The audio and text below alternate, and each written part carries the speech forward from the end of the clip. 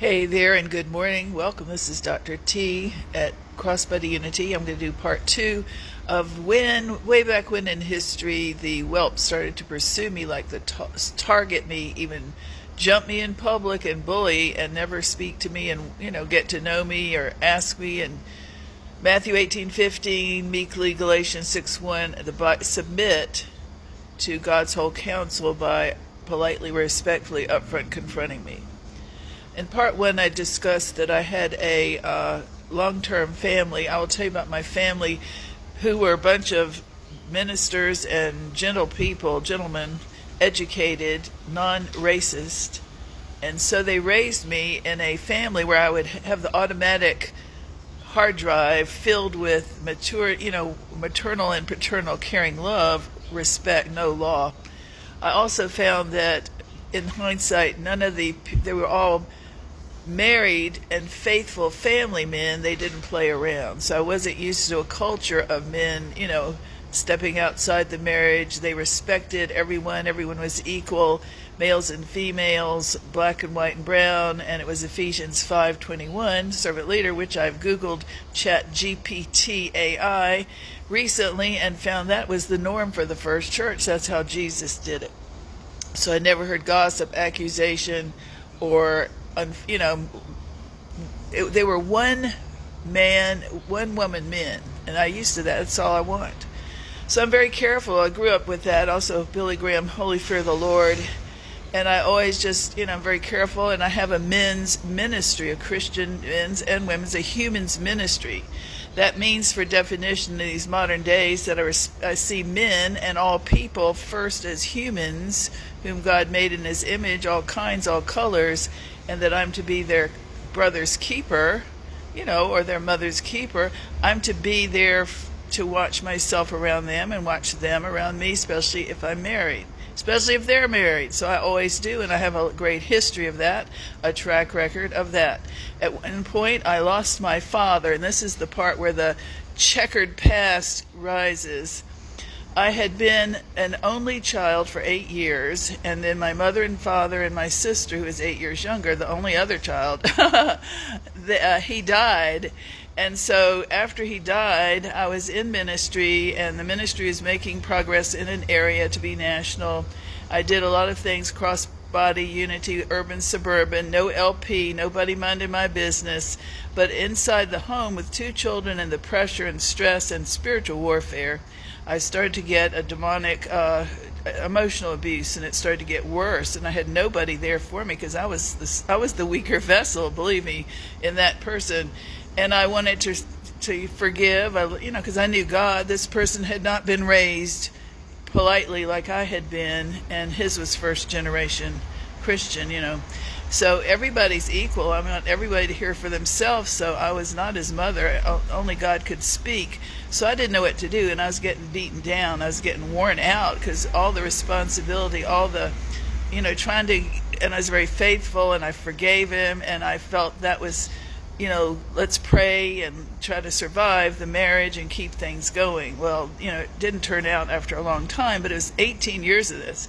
So along the way, I was still in ministry. I had my own ministry that was recognized in the area, and it was praying for pastors, writing the word of the Lord, teaching and Bible training in media.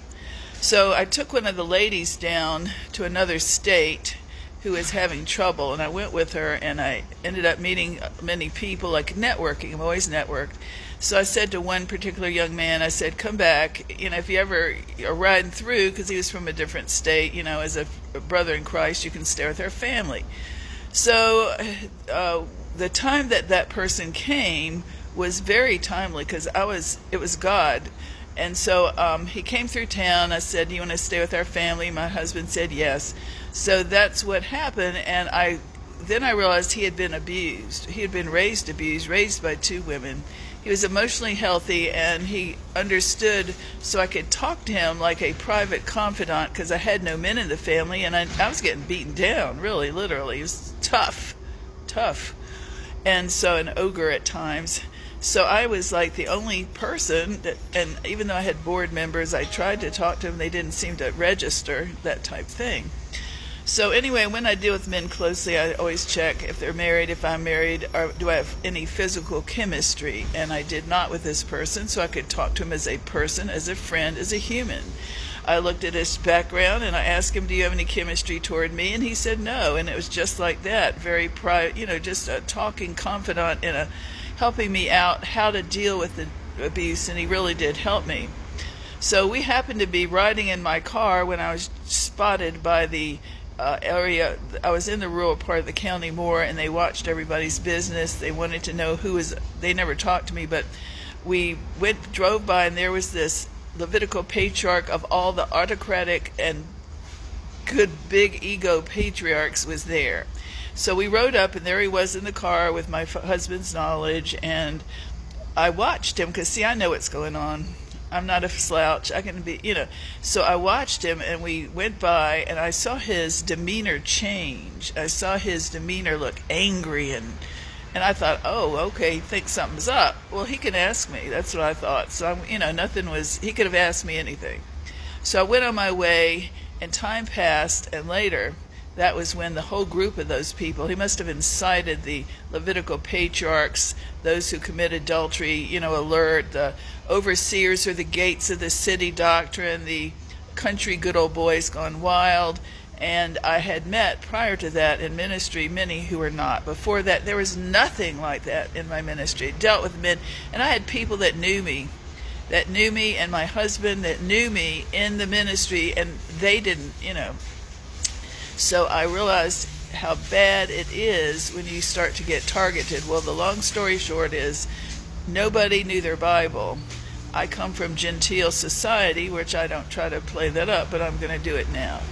Because you have to. They're that bad. So I was, after the time of the other person had gone, I believe it was, anyway, I had gone back to, the person left, our visitor. So I was in a March for Jesus, going down to the March for Jesus. But the day before, Friday, I'd gotten really demonically attacked in my home privately by the dysfunctional person. And I was like completely numb almost, but I thought, do I go to the March for Jesus in 1996 or not? So I took a friend with me. I thought, I love Jesus. I can't really hear God. Well, that's a lesson. If you don't hear God, don't go, because So my friend and I, who was an eyewitness to this, female, we went down there, and I was standing there waiting for the March for Jesus when this group of bullies, authoritarian bullies and big shots of a low, smaller ministry, they singled me out of the crowd. And I thought, oh, they respect me because I'm a fellow minister. I just know different ones in a different society of ministers than them. So they beckoned me over, and I go over, and it's the guy that looked at me funny, the tall autocrat, the big boss, sharp tongue, turned out.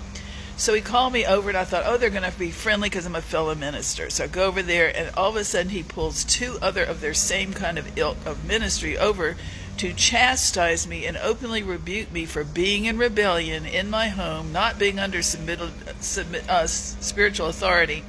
And it was not just that, it was on top of someone who is depleted and been verbally abused, and like demonic energy goes into you. I'm very sensitive and very rational, very easy to talk to, very approachable, and I also know my Bible. This was out of order, and it was warfare, unnecessarily ganging up on a lone woman.